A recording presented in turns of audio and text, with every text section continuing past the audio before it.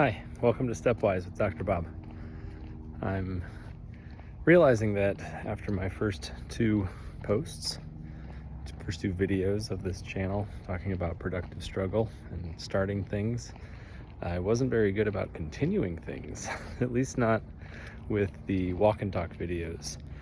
I had a couple different ideas I wanted to do, and one of them was to do the walk and talk videos, and the other one was to solve the minute cryptic each day. I used to do probably on the order of 20 little daily puzzles, and I always thought it'd be fun to just kind of solve them and take a recording and see if people found it interesting to watch me solving them. I had watched probably 3 years ago now someone solve a Sudoku that went viral, and I was enthralled by watching him solve that, and ever since then it got me thinking that it's kind of a thing, I guess, for people to sometimes post when they do puzzles. So I've got about I think I did 5 or 6 minute cryptics, but I haven't done another walk and talk since day 2. And right now I'm out in my neighborhood. I'm back in California. My first 2 videos were actually in Virginia. I was visiting family for the holidays, but it's quite common for me to take walks at night to try to get my step count, hit my goal. My goal is 15,000 a day, and right now I'm just a little over 10,000. So got about a 45-minute hour walk in front of me to wrap up the night. But figured I'd at least check in, say hi, and I wanted to add a little bit to the conversation that I started last time. I want to talk about being present. I think I mentioned that at the end of the second video, and it's a concept that, I think a lot of people try to be present, but I also think a lot of people are very distracted, very into their phones, very into just whatever they're going to be doing next.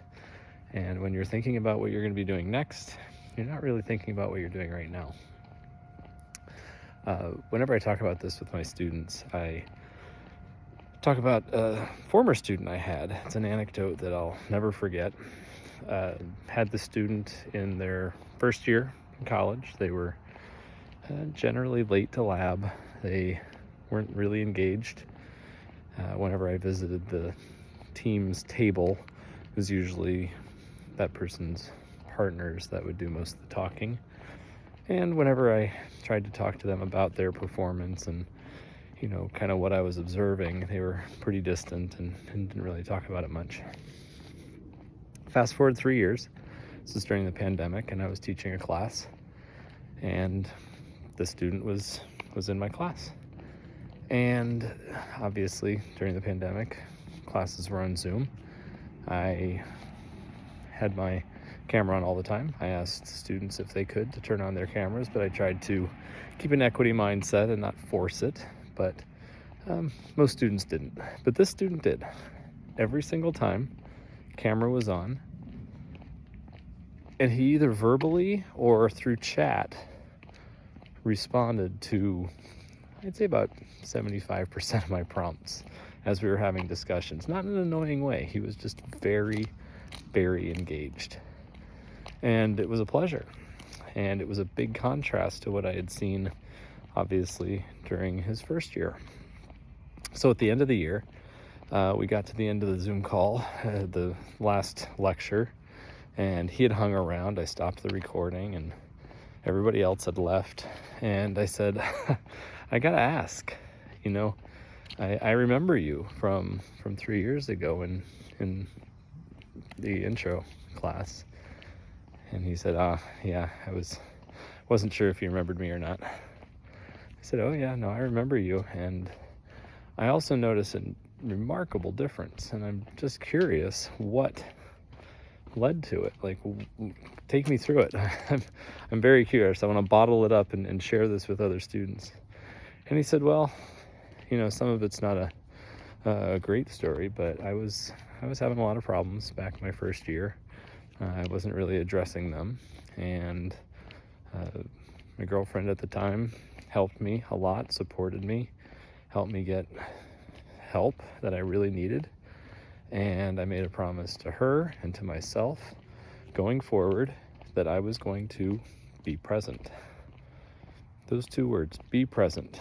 He said he was going to just really take ownership of whatever he was doing, wherever he was, whatever he was doing at the time. He was truly going to engage. And it made a huge difference, obviously, for him, his performance in the class that I was teaching at the time. His GPA went up, his relationship improved. He told me it was really just a tremendous mindset shift that made a big difference in his life. So I talk to my students a lot about that and really encourage them to be present. So with that, I'm going to go get some more steps. I encourage you to do the same. I'll talk to you next time.